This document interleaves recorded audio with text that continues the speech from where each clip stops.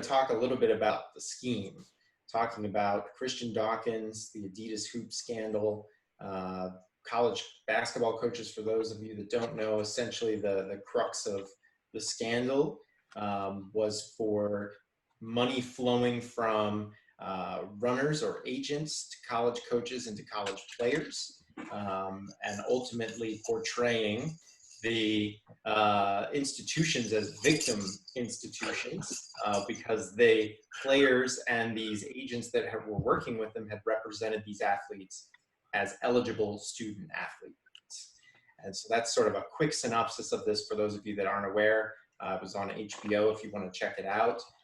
But wanted to talk a little bit today with you, David, about college recruiting in general. You've experienced this as a player, as an AAU coach, and now as the COO of the PCL. And what's your take on the state of college basketball recruiting?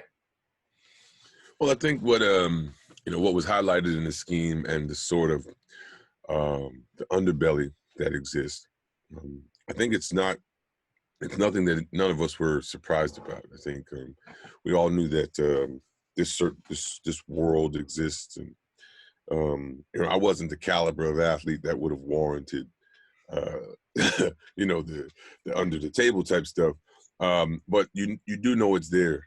I've coached AAU for almost 15 years now, and being in the grassroots world, that there are people and bad apples in the bunch, just like there are in other sports. The problem, I think, though, is that when you try to broad stroke the entire issue, so not all recruiting and not all schools and all of these coaches are out participating. It's just the ones that are making the decision to roll the dice. For the most part, you have, from the athlete's perspective, guys are just looking for that next step, and athletes and their families looking for that next opportunity. And sometimes a coach presents a better opportunity than the other. The issue, obviously, is that when a system that intentionally doesn't compensate the player, you end up with this underbelly. You end up with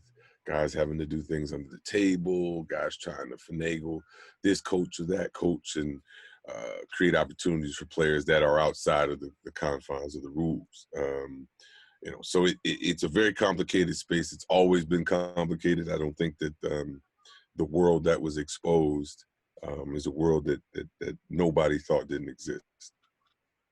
Yeah, it's incredible to me, again, that the institutions and the coaches, to some extent, were almost painted as victims through this. I mean, specifically... Of course. Yeah. The DOJ and the FBI, created the term victim institution, which was unbelievable that you could in any way, shape, or form say that throughout all of this, that Louisville was the victim. The school that during this period had the highest generated revenue of any college basketball program in the country. Not to mention a national championship mixed in there. So, I think that what we've continued to see, because, as of today, we had a handful of assistant coaches get fired. Book Richardson's the only one that has served time in prison. As of right now, Christian Dawkins is on appeal. Jim Gatto's on appeal. Both of them have been sentenced. But so it's incredible to me to think that these institutions and these players, or that the institutions were victims and that the players were not. I mean, again, it's a virtue of the system.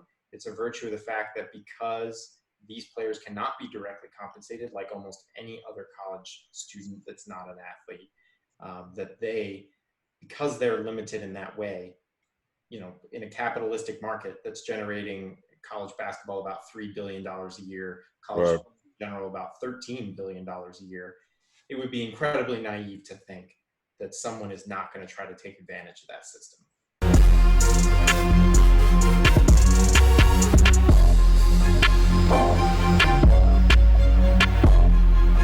Oh.